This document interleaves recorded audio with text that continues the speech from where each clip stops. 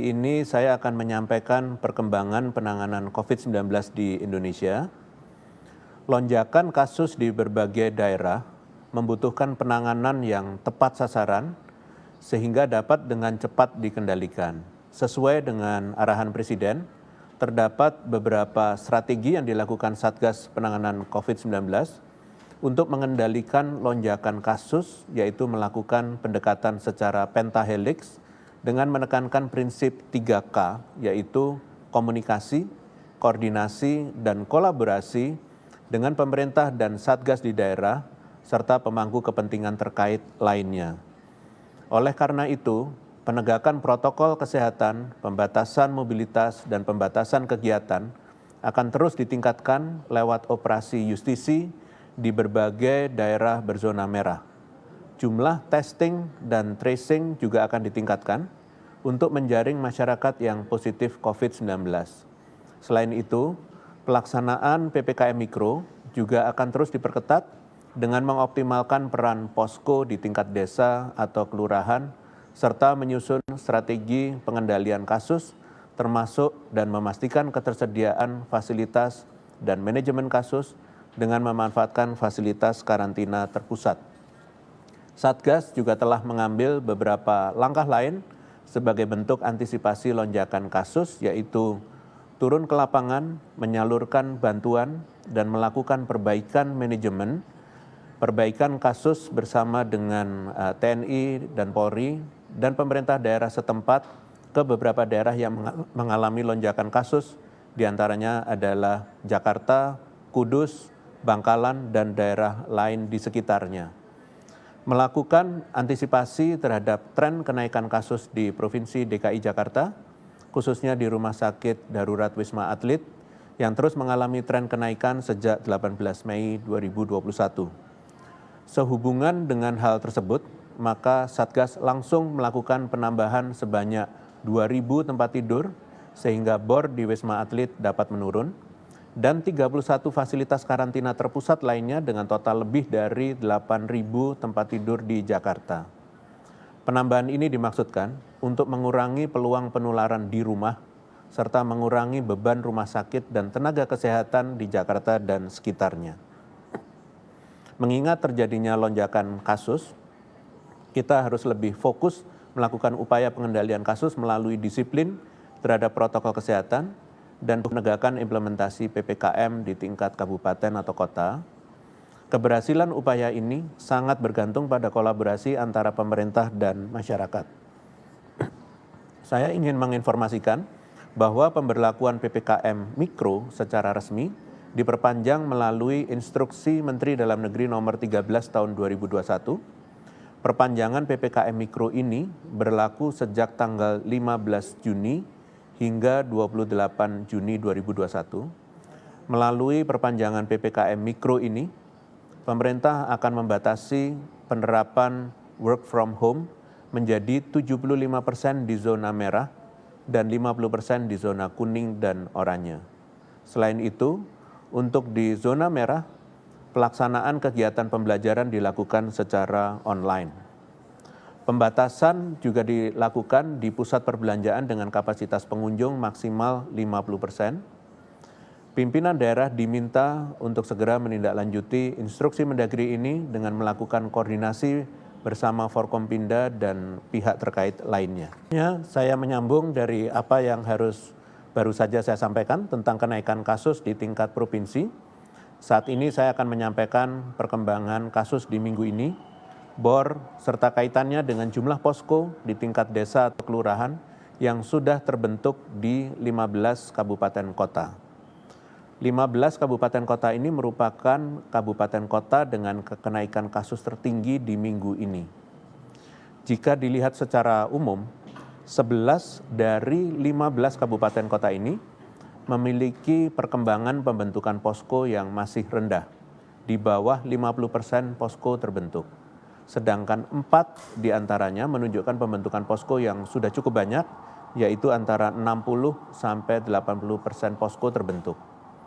Berikut saya akan menyampaikan kabupaten kota dengan persentase pembentukan posko yang masih rendah dengan kenaikan kasus dan bor yang tinggi.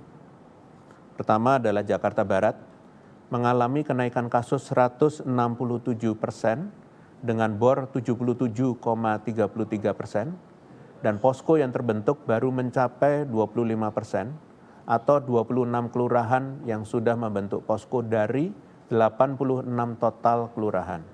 Yang kedua adalah Jakarta Timur, mengalami kenaikan kasus 103% dengan bor 58,02%. Posko yang terbentuk baru mencapai 46% atau 28 kelurahan yang sudah membentuk posko dari 60 total kelurahan. Yang ketiga adalah Jakarta Selatan, mengalami kenaikan kasus 85% dengan bor 78,08%. Posko yang terbentuk baru mencapai 1,5% atau hanya satu kelurahan yang sudah membentuk posko dari 63 total kelurahan. Ini menjadikan Jakarta Selatan sebagai wilayah dengan posko yang paling sedikit. Selanjutnya Kota Depok mengalami kenaikan kasus 111% dengan bor 66,16% atau 19 kelurahan yang sudah membentuk posko dari 58 dari total kelurahan. Jakarta Utara mengalami kenaikan kasus 128% dengan bor mencapai 81,21% dan posko yang terbentuk baru mencapai 38% atau 12 kelurahan yang sudah membentuk posko dari 31 total kelurahan. Jakarta Pusat mengalami kenaikan kasus 159% dengan bor mencapai 86,11%. Posko yang terbentuk baru mencapai 19% atau 8 kelurahan yang sudah membentuk posko dari 41 total kelurahan. Sedangkan Kota Bekasi mengalami kenaikan kasus 192% dengan bor 73,82%. Posko yang terbentuk baru mencapai 18% atau 10 kelurahan yang sudah membentuk posko dari 55 total kelurahan. Demak di Jawa Tengah mengalami kenaikan kasus 485% dengan bor mencapai 82,7%. Posko yang terbentuk baru mencapai 43% atau 101 kelurahan yang sudah membentuk posko dari 233 total kelurahan. Sedangkan Bangkalan di Jawa Timur mengalami kenaikan kasus 715% dengan bor mencapai 86,88%. Posko yang terbentuk baru mencapai 26% atau 70 kelurahan yang sudah membentuk posko dari 260 total kelurahan. Kota Semarang di Jawa Tengah mengalami kenaikan kasus 64% dengan bor mencapai 93,38%. Posko yang terbentuk baru mencapai 47% atau 81 kelurahan yang sudah membentuk posko dari 172 total kelurahan. Dan terakhir, Bandung Barat mengalami kenaikan kasus 56% dengan bor mencapai 88,33%.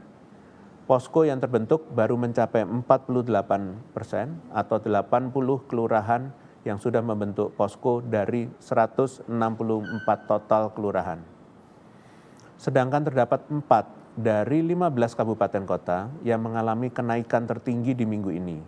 Ternyata menunjukkan perkembangan pembentukan posko yang sudah baik, yaitu di atas 50% kelurahan sudah membentuk posko di 4 kabupaten kota ini, yaitu Jepara di Jawa Tengah mengalami kenaikan kasus 241% dengan bor 73,33%. Posko yang terbentuk sudah mencapai 87% atau 158 kelurahan yang sudah membentuk posko dari 181 total kelurahan. Sedangkan Sleman di Daerah Istimewa Yogyakarta mengalami kenaikan kasus 74% dengan bor 67,37%. Posko yang terbentuk sudah mencapai 81% atau 70 kelurahan yang sudah membentuk posko dari 86 total kelurahan. Kota Bandung mengalami kenaikan kasus 60% dengan bor mencapai 86,86% dan posko yang terbentuk sudah mencapai 61% atau 90 kelurahan yang sudah membentuk posko dari 146 total kelurahan. Dan terakhir, Grobogan di Jawa Tengah mengalami kenaikan kasus paling tinggi, yaitu 2.803%, dengan bor hingga mencapai 93,65%. Namun ternyata posko yang terbentuk sudah mencapai 70%, atau 180 kelurahan yang sudah membentuk posko dari 257 total kelurahan. Hal ini menjadi pembelajaran bagi kita bersama. Masih sedikitnya posko terbentuk di 11 kabupaten kota yang ternyata mengalami kenaikan kasus tertinggi, menunjukkan absennya penanganan efektif hingga tingkat terkecil, yaitu desa atau kelurahan. Posko yang menjadi wadah koordinasi antar seluruh perangkat desa kelurahan penting dalam menunjang pelaksanaan PPKM Mikro dan meningkatkan kualitas penanganan COVID-19 sehingga kasus dapat ditekan seminimal mungkin. Namun, dapat juga diambil pelajaran dari 4 kabupaten kota yang sudah banyak membentuk posko, namun kasusnya ternyata masih tinggi. Hal ini menunjukkan bahwa meskipun posko sudah terbentuk, namun apabila fungsi-fungsi posko tidak dijalankan dengan baik, maka tidak akan membantu memperbaiki penanganan COVID-19 di wilayah tersebut. Untuk itu, saya kembali ingin mengajak seluruh kabupaten kota, terutama kabupaten kota yang mengalami kenaikan kasus tertinggi di minggu ini, untuk segera mengejar ketertinggalan dari pembentukan posko di wilayahnya masing-masing. Jika posko sudah terbentuk di sebagian besar kelurahan, maka langkah selanjutnya adalah memastikan bahwa pelaksanaan fungsi-fungsi posko dalam menunjang PPKM Mikro dapat berjalan dengan baik. Ingat, posko adalah modal utama kita dalam melawan COVID-19 pada tingkat terkecil.